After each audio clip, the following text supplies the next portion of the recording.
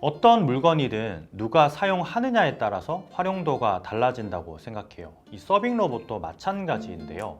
이 서빙 로봇이 서빙을 잘하는 것은 당연한 일이지만 어떻게 서빙을 잘하게 하는지, 그 밖에 활용할 수 있는 기능들은 없는지도 함께 고민이 필요해요.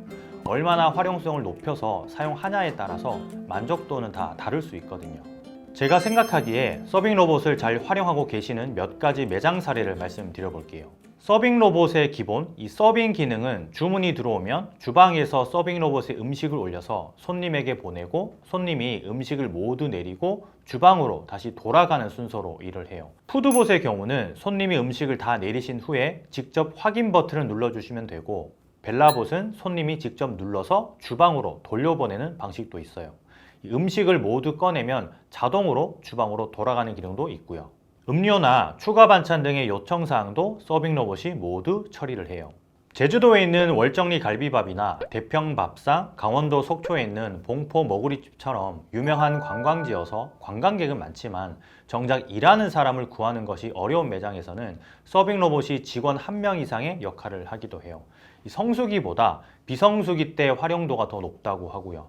손님이 많지 않더라도 홀서빙을 도와줄 아르바이트생은 필요한데 이 사람을 구하기도 어렵고 매출 대비 인건비도 부담스러우실 때 매우 유용하겠죠.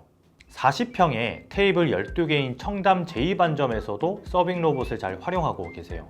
주방에는 사장님을 포함해서 2분의 직원이 계시고, 그리고 홀서빙을 담당하는 직원 1명과 서빙 로봇, 푸드봇까지 총 4명의 직원이 청담 제2반점을 책임지고 있는데요. 중국집의 특성상 배달 주문이 정말 많잖아요. 그래서 이 바쁜 점심시간에는 직원분은 대부분 배달 주문 전화를 받고 배달을 위한 음식 포장에 신경을 쓰면 서빙은 대부분 서빙 로봇에게 맡겨두는 거예요. 도입 전엔 로봇에게 서빙을 맡길 수 있을까 고민하셨지만 짬뽕 같은 국물이 가득 담긴 요리도 흘리지 않고 흔들림 없이 깔끔하게 서빙하는 모습을 보고 고민 없이 바로 계약을 하셨다고 해요. 이 감탄하시면서 팁까지 주고 가시는 손님들도 있다고 하니까 참 놀라울 따름이죠. 서빙 로봇을 기본 기능 외에도 다양하게 쓰고 계신 매장도 있어요. 이번에 저와 VD 컴퍼니가 함께 진행한 이 VD 컴퍼니 서빙 로봇 이벤트에 당첨되신 용인의 생선구이 화려회에서는요, 이 벨라봇의 크루즈 모드를 활용해서 방역과 홍보를 하고 계시더라고요. 크루즈 모드는 서빙 로봇이 동선을 따라서 매장을 한 바퀴 돌게 하는 기능인데요. 매장 오픈 전 이 브레이크 타임, 그리고 손님들이 없는 시간을 활용해서 벨라봇의 방역을 위한 스프레이를 얹어두고 크루즈 모드로 돌리면 사장님이 주방에서 재료 준비를 하는 시간 동안 방역도 할 수 있다고 해요.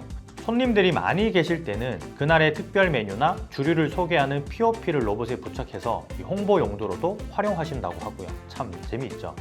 캐주얼 뷔페 브랜드인 애슐리도 최근 위드 코로나를 준비하면서 키오스크와 서빙 로봇, 호출벨을 통합으로 사용하는 시스템을 VD 컴퍼니와 함께 연구 개발해서 도입했어요.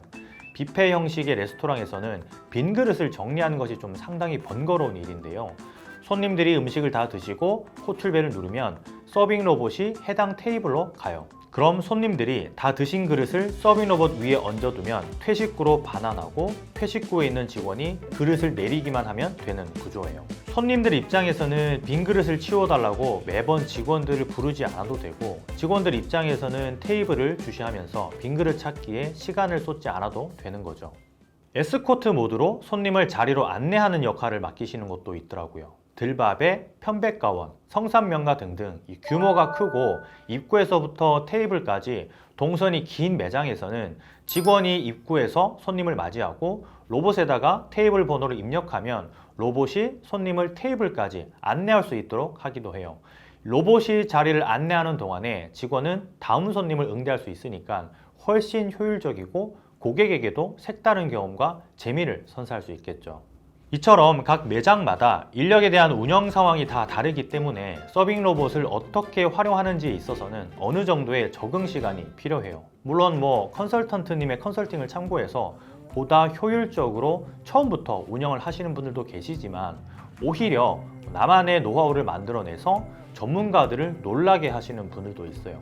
같은 기기이지만 활용성의 차이를 보이는 거죠. 단순히 서빙 하나로만 서빙 로봇을 바라볼 게 아니라 우리 매장에는 이 기능을 이렇게 이용하면 좋겠다 하는 생각을 해보면 어떨까요? 아까 제가 말씀드렸던 용인의 생선구이 화로회 매장처럼 방역을 하는 용도로 사용을 한다든지 또는 손님을 안내하는 방법으로 말이에요. 도입을 고려하시는 분들이 있다면 많은 사례들이 있으니까 적용할 수 있는 부분들을 하나하나 체크해보면 좋을 것 같아요. 그럼 곰프로이만 들어갈게요. 감사합니다.